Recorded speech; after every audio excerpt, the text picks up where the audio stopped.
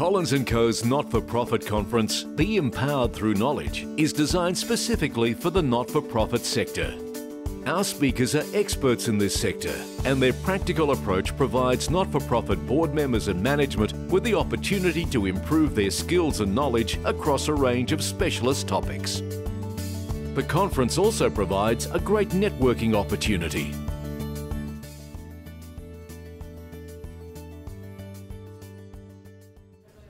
Good afternoon, everyone. Thank you for joining us if you've come from the Olympic Room. It's with great pleasure now that I'd like to welcome Meredith Lewis to the stage. Meredith has over 25 years' experience working in the tertiary, creative and community sectors, and this includes roles as manager, project manager, trainer, arts manager, choreographer and performer. So that's pretty whole box and dice there. She specialises in leading discussions, creative interventions and workshops that help people develop plans and strategies that anchor and promote creative thinking, humane values and good business. Meredith is speaking today on conversations of intrigue, how to take the pulse of your workplace culture. So thank you, Meredith. Thank you. Okay, thank you for that introduction. Smiley had arranged things properly. He had spaced the chairs and put the vodka on the low table. And now, as Jim sat glaring at him, he extracted a plate of smoked salmon from the tiny refrigerator and brown bread already buttered. His mood, in contrast to Jim's, was noticeably bright, his movements swift and purposeful. "I thought we should at least be comfortable," he said with a short smile, setting things busily on the table. "When do you have to be back at school again? Is there a particular time?" Receiving no answer, he sat down. "How do you like teaching? I seem to remember you had a spell of it after the war, is that right? Before they hauled you back. Was that also a prep school? I don't think I knew." "Look at the file," Jim barked. "Don't you come here playing cat and mouse with me, George Smiley. If you want to know things, read my file." Reaching across the table, Smiley poured 2 drinks and handed one to Jim. "Your personal file?" "Yes, get it from the housekeepers, get it from control." "I suppose I should," said Smiley doubtfully. "The trouble is, control's dead. And I was thrown out, long before you came back." "Didn't anyone bother to tell you that when they got you home?" Thank you. Thanks and welcome to my talk on conversations of intrigue. Before I go too much further, I just want to acknowledge that we're on Wurundjeri country, and I'd like to pay my respects to the Wurundjeri people and their elders past and present. I'd also like to pay my respects to any other Indigenous elders that might be in the room with us today. Again, thank you for coming along and hearing about conversations of intrigue. You'll be asking yourself, why did this woman get up here and read part of a novel at us? What is a conversation of intrigue? What does taking the pulse of your workplace culture even mean? Don't despair, all will be explained, so just bear with me. So what I'm going to do is talk a little bit about what a conversation of intrigue is. I'm going to give some background explanations, just give you the rationale for how I came up with this thing called a conversation of intrigue. And then I'm going to actually give us just a tiny sample of how I would run a conversation of intrigue. That extract, by the way, was from a novel called Tinker Tailor Soldier Spy, written by John le Carré. Some of you may have read the novel or seen the BBC miniseries or seen the movie, all excellent. But if you haven't read this novel or seen it as a film or TV series, don't despair, you don't need to know the plot. I think what I should do to begin with is make a few introductory comments about myself, not just because it's all about me, but just to explain how I came to this place and how I came to develop a conversation of intrigue. As you just heard in the introduction, I'm one of those people who've shifted into various roles and places and sectors during my working life. Mostly, in fact, I think all in the not-for-profit sector. I started off 1,000,000 years ago in younger, fitter days, slimmer days too, as a dancer and choreographer. And I worked with all kinds of artists, other dancers, actors, visual artists, opera singers. So I clocked up a good decade's worth of theatre making, and my specialist skill was building stories and characters. And during that time I came to understand how a well-told story can really lead an audience on a real sense-making experience. It helps people reflect on their lives and on their places in society in various ways. From that existence as a performer, like a lot of artists, I went into arts management, into project managing other artists' work, into event management. I also worked for a little while in the community sector, in the neighbourhood house sector, where I managed a neighbourhood house for about 1.5 years. I did some more project management work in the community sector. So that experience saw me helping people to put project management plans or business plans or strategies around their visions and their often creative and innovative ideas, and try and make them into something tangible.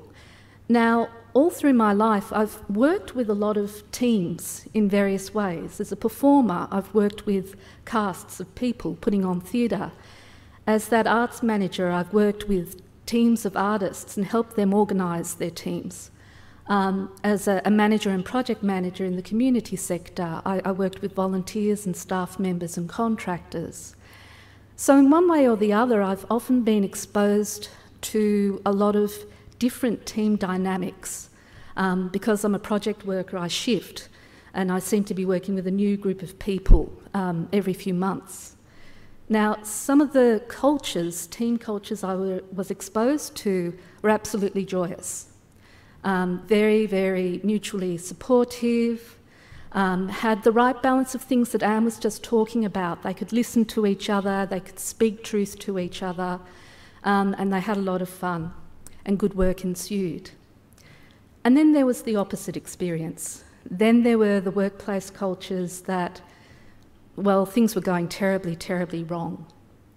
I think my problem was I started off in the world of theatre and dance, where you're expected to be quite candid if you're working on a piece of work and it's not going to work. Your play is just going to look stupid when it comes to be performed. You have to speak out in the rehearsal room and say, guys, this is not going to work. So by the time I moved into working as a project manager or a manager, I was well used to going into board meetings or staff meetings or meetings with other stakeholders and speaking very candidly and rigorously to things like risk, what I saw as risks, advocating change, hey, let's try something new, advocating innovation, which involves a lot of risk-taking and change anyway. And my problem was that I was bumping up again and again against groupthink, where people were frightened of embracing change. They were scared of talking about what was going wrong. They were scared of talking about risk. They were scared of looking stupid if they talked about things creatively or emotionally.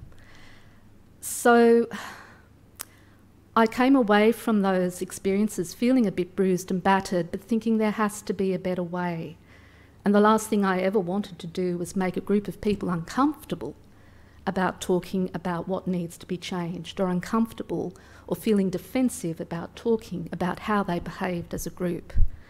And I thought, really, what I'm doing when I'm being that candid and that blunt is putting people right on the spot, in a place where they feel vulnerable and open to being judged or criticised, or where they feel they must defend themselves, where maybe I'm asking them to think about group dynamics that are so subtle and buried and untalked about that they haven't yet framed an articulate response. They can't find the words to talk about them, which is really hard to do.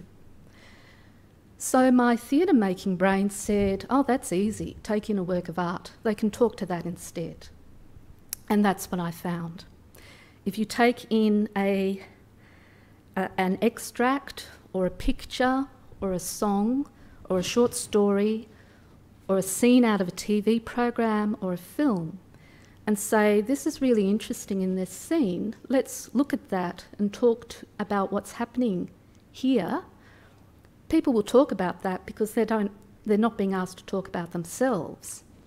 But a funny thing happens, they relax. They become engaged not just intellectually but emotionally and with their imaginations. They enter into it. And then they start offering up things about themselves, maybe memories, anecdotes. They start comparing and contrasting what's happening in that fictional thing with what happens in their everyday life. So I found it's a way of sidestepping the defensiveness and talking about the elephant in the room without being scared that that elephant's going to come and tread on you. So what I'm going to do is just try and talk a little bit more about the rationale behind a conversation of intrigue and then get on with showing you how it might work. I love this quote. A desk is a dangerous place from which to view the world. And it was said by John le Carré, who was the man who wrote Tinker Tailor Soldier Spy. I just want to ask, is anybody brave enough to yell out right now? And by the way, this is going to get a bit interactive. I am going to ask for comments or questions from the floor. When somebody brings a microphone, could you wait until the microphone's with you? Because they're live streaming this session. And if you start talking before the microphone gets to you, it's not going to be recorded.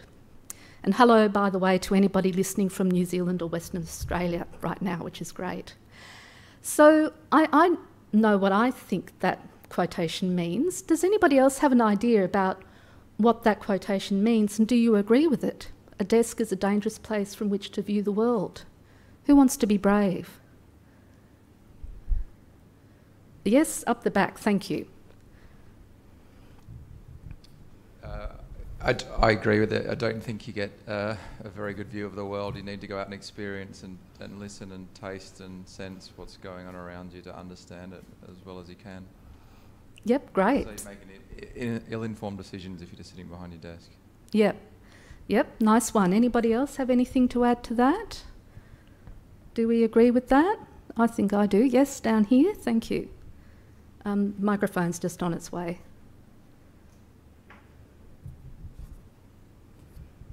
Thank you. It's no great insight, but I suppose if the desk is a dangerous place, the implication is perhaps it's dangerous not only for the judgments on the world that might be made from the desk, but for the person sitting at the desk. It might be dangerous in that it imposes a form of blindness. Yeah, I think that really is a good insight, actually, that the danger can go both ways. The desk can impose a form of blindness or cauterise certain nerves, but I think that feeds into the comment we already had as well. And I'm thinking a desk can be a dangerous place if it makes you a target as well. If you're that lonely manager who's, campaigning to get some changes happening in your organisation, it can also feel like an unsafe place. And conversations of intrigue are about finding a safe place for people to talk. So thank you, gentlemen. I totally agree with what you said. I think if your view of the world only happens from behind a desk, your view will become distorted. It's ironic, in the not-for-profit sector, so much of what we do is so involved with people and communities of people, and the way the world is lived out there. And yet we can get very burdened with all that paperwork and red tape and some very complex conditions under which you work. So the danger is that you can get very marooned behind a desk. I remember when I worked in the neighbourhood house sector, that was a real problem, actually, battling your way out from behind the desk to connect with people. And the danger is that policies and procedures on a nice, neat A4 piece of paper look very neat and very simple, but life is often messy and not easy to resolve. So thanks for your input there. I'll move on to another quote. The noblest purpose will remain shallow without the accompanying intensity of emotions. and that's from a consultant called Tim Liebrecht. I feel like that's got echoes in what Anne was just talking about as well. I think a lot of what Anne was talking about was how you make sure there's a nice range of emotional engagement there. Not-for-profits have very noble purposes, but we ask a lot of the human beings who work for us to deliver them. It's hard work, often very complex work, depending on your not-for-profit, but I think it's safe to say it's often work that's carried out under constrained conditions, complex conditions as well. I'm just wondering, again, is anybody brave to speak into the microphone? What are some of the challenges your workplace, and especially your workplace culture, faces when it comes to maintaining a good culture that supports your workers as they carry out your noble purposes? Does anyone want to contribute? Yes, please. Thank you. In the workplace, an intensity of emotion can sometimes be a challenge to management. That whilst it's admirable if there's particularly, obviously if there's an intensity of emotional commitment to the objectives of the organisation, there can sometimes be, along with that emotion, a loss of some of the appreciation that of the managerial imperatives to have a smoothly running organisation. I think that really is a key challenge. Has anybody else found that you manage a team of people, or maybe even manage a relationship with peers and colleagues where, yes, they're passionate and their passion is absolutely laudable and understandable, but it's blindsided them to the realities of other people working around them? That is hard. It's great when that intensity of emotion is there, and this quote's so right, in its absence, a purpose will be shallow. So you need that intensity of emotion, but you need it aligned with not just the purpose, but the way the procedures align to the purpose, and let's hope they do, and also somehow finding its place in that mishmash of people that make up and their behaviours that contribute to workplace culture. That's why talking about group dynamics and workplace culture can be so difficult, because there are so many personality types, so many varying levels of intensity of emotion. And how do you get those all aligned? How do you even start talking to that? It can be very hard. Thank you. Does anybody else have something to share there? Yes. I think it's interesting because while emotions can be intense, that intensity is not always sustainable. And at times, you've mentioned the constraints, and the noblest cause can at times feel like a drudgery. Yeah. And so sometimes when there's that lack of intensity of emotion, it's the purpose behind the emotion that enables us to push through, even when at times it feels like a chore or a drudgery, or we're feeling the pressure of the constraints.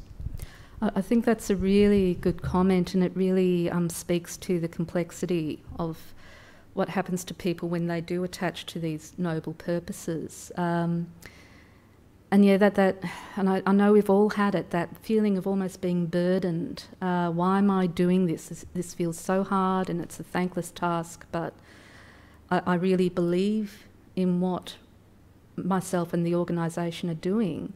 So it's that funny mix, isn't it, that the purpose can feel like the burden and can almost feel like a rod to beat yourself with, but it is that thing that drives you on through. Again, how do you talk to that?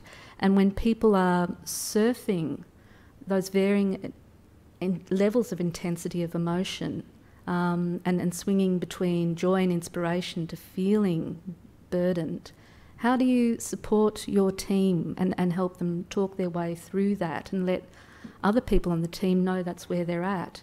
It's a hard thing to articulate. It can be even a hard thing to know that you're experiencing. Yeah, thank you. I think we're going to move on, although these comments are fascinating. One last quote no, it's not the last quote, but it's another quote, sorry. This is from filmmaker Jean-Luc Godard. I love this quote. "Sometimes reality is too complex. Stories give it form." So I think as all those comments beautifully illustrated, life is complex, especially in the not-for-profit sector. It's messy, it's full of things that are difficult or impossible to resolve. It's full of things that can be very difficult to articulate. But stories can give it form. A good film or a good painting or your favourite rock song even, these things can encapsulate something about the lived experience where when you experience them, even if you struggle to rationally put it in words, you feel like somebody out there gets where you're coming from or what you've lived through. So life is complex, that's the bad news. The good news is human beings are natural-born storytellers. It's hardwired into us. Has been through the whole history of our species. The earliest art that was made is all about storytelling. When you look at, ancient myths, they're stories. And even today, if you walk into a workplace, you'll find people talking about how they binge-watched Game of Thrones on the weekend. We love stories. We consume them as our entertainment. We swap them as gossip in the workplace. We share them when we need support. We tell people about this terrible thing that happened last night when I rowed with my boyfriend. We are hardwired storytellers, story listeners, story sharers. That means on an instinctive and imaginative level, we are hardwired to actually deal with complexity. The trick is we've got to learn how to analyse our own reactions to stories. If we do that, we can gain huge insight. If we can analyse and empathetically hear, but discerningly hear other people's stories and understand what's behind them, we can understand them as well. So for me, the last three quotes that I shared, they were all quotes that inspired me as I built my prototype conversation of intrigue. I want people to enter into a storytelling space where initially they experience a fictional story in some kind of cultural artefact, and by responding to that, they feel free, if they need to start volunteering their own stories, or at least reflecting on them. Now, and just before we kind of sample a little bit of a conversation of intrigue, I'm just going to explain when this works. Oh, I lost my slide. And that's a shame because there was a very beautiful quote, and there it is, thank you, AV, help down the back, from John le Carré. And I'm going to explain why I'm using Tinker, Tailor, Soldier, Spy right now. But can I emphasise that with this model, I think you could use any kind of cultural artefact, anything that really intrigues people. And when I talk about art, I'm not at all snobby, by the way. It's anything kind of creative. My favourite genre of filmmaking is kung fu movies. So, I'm no snob. But I do love John le Carré's writing. Tinker, Tailor, Soldier, Spy is a really beautifully written novel, and I've loved it for years. It's almost poetically written, and I love the way le Carré builds characters. They're very rich and often very moving. This quote says, "Most people like to read about intrigue and spies. I hope to provide a metaphor for the average reader's daily life. Most of us live in a slightly conspirational relationship with our employer and perhaps with our marriage." Now, I don't know about le Carré's marriage or what's going on there, so I'll leave that bit of the quote alone. But I was very intrigued by the phrase slightly conspirational relationship with our employer. Not everybody feels safe about being an unedited version of themselves in front of their boss. I think as a manager, and I reckon as a manager I was pretty empathetic and approachable, I still feel like people often told me what they thought I wanted to hear. So as a manager, it can be quite tricky to really get behind the groupthink or behind people's defensiveness or anxieties to really understand how they're experiencing their workaday lives. I chose Tinker Tailor Soldier Spy. In brief, it's a spy novel, very interesting plot. It's set in an agency in Britain during the Cold War, and this spy agency has realised that there's a traitor in their midst, but they don't know who. Somebody has been shopping secrets to the Russians. They bring in a retired spy called George Smiley, and they get him to spy on the agency and figure out who this traitor is. Now, he's got to do that without letting most of the people in the agency know he's doing it. It's not James Bond. There are no fast car chases. Nobody does karate. There's lots of conversations and reading of files, which sounds boring. It's not. But I love this novel not just because it's entertaining and beautifully written, but the background, the setting, the spy agency is a really great depiction of a workplace that's going sour. The culture's not great. People aren't getting on.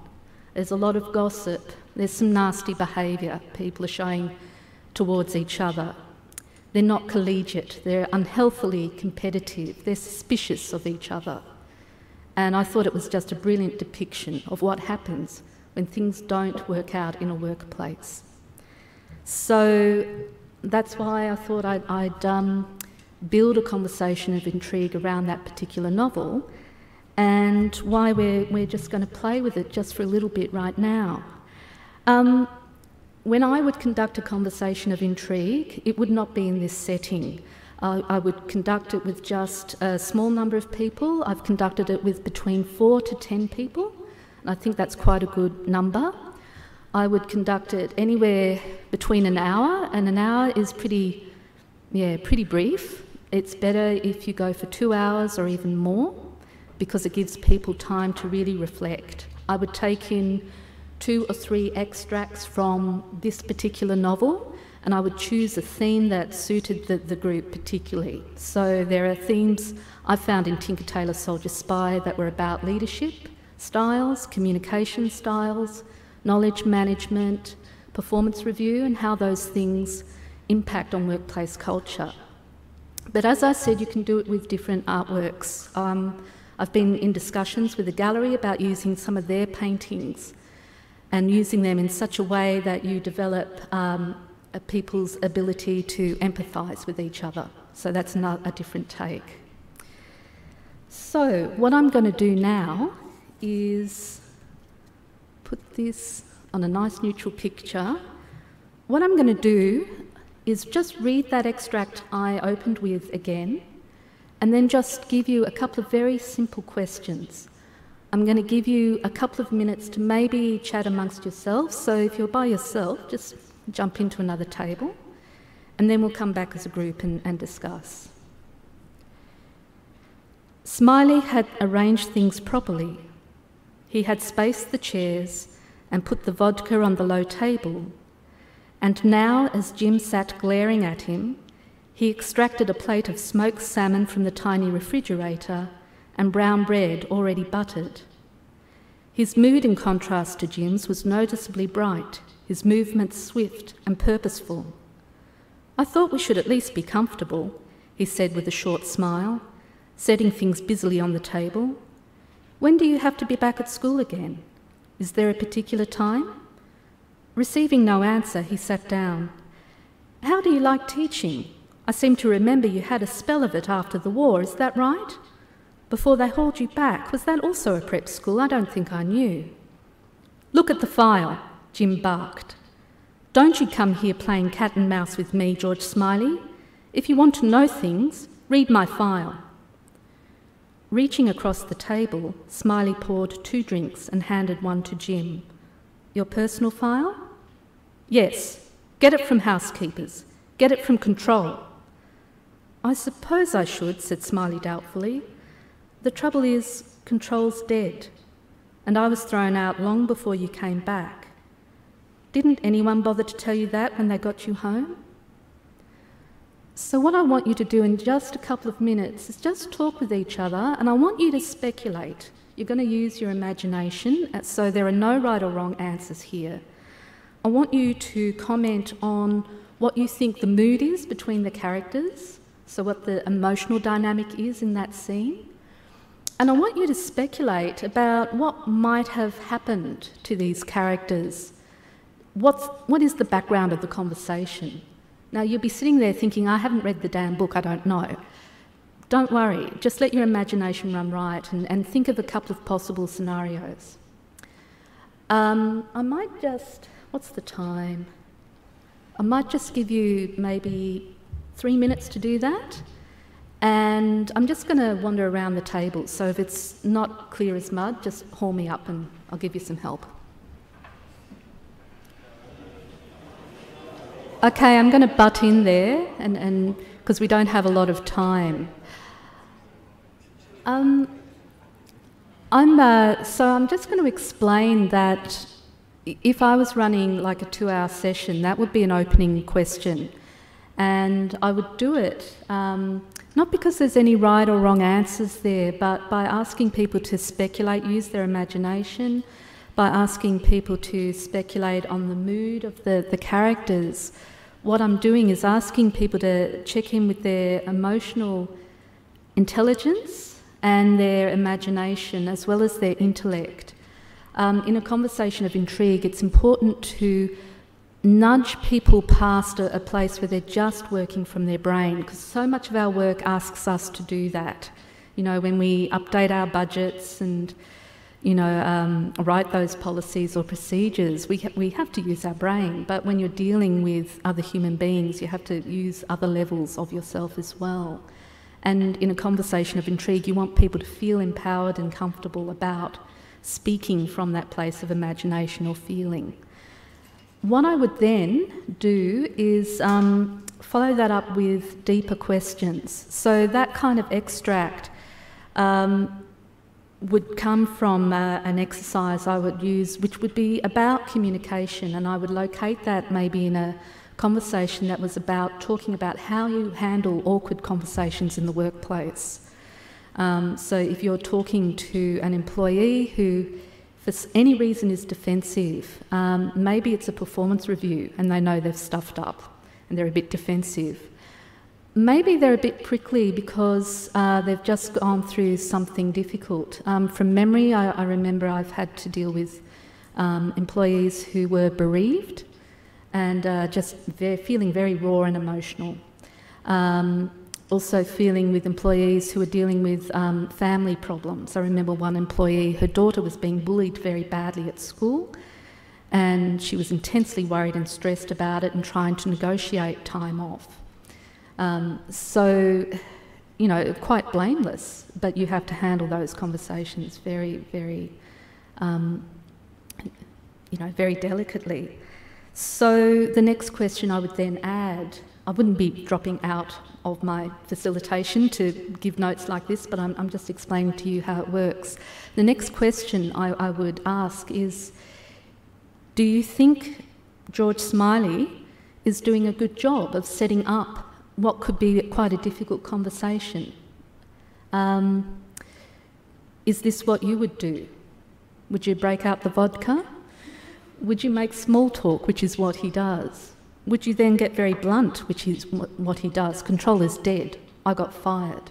What do you think of his techniques? Does anybody have any thoughts on that? Do you think the old George is doing a good job or not? Again, anybody want to be brave? Thank you. And I'm not good like Anne. I didn't bring presents to reward people. It's a great idea, Anne. I thought Smiley actually tried to set the pace. Early on he tried to engage with Jim. Vodka, you know, these are probably army buddies or similar, Eton graduates, as the case may be. And I thought he was doing fine. However, when Jim responded in a somewhat terse manner, Smiley stumbled by reminding Jim that, haven't you been told? So belittled him. But I thought he was doing well early, but then tripped. Interesting. Thank you. Has anybody else got another interpretation? There is no right or wrong interpretation, by the way. Yes, thank you.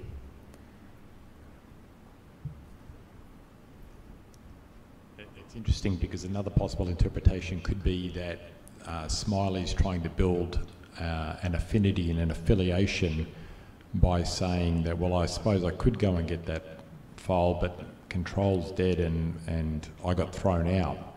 So I'm like you, I'm on the outside. We have an affinity. I'm not them, I'm with you. And so he's building an affinity as opposed to, and trying to disarm Jim's fear of interrogation by saying, well, I'm not them, but I got thrown out as well. So that could be enough. Without knowing where it goes, that's a possible interpretation. Good. I like that interpretation as much as I like that one. Now that's excellent because we got two slightly different interpretations of this, and if I were running this, I'd be going yippee inside my head, because what I could then do is open up a conversation, because you're both right in different situations. You both may have the right approach or may be correct in endorsing or criticising George. So we could have a conversation then about when it would be the wrong thing to do that George did by stumbling, as you put it, and in what circumstance it could be the right thing to do by being empathetic, as in the way you read it. So in that way, it doesn't matter what people think. It matters that they interpret it as deeply as you did, and it matters that they are able to offer those ideas, and then it matters that as a group they can talk about it. I'm just going to flick ahead. Sorry, it's my clumsy thumbs. So some of the benefits leading on from that is that you can identify shared values.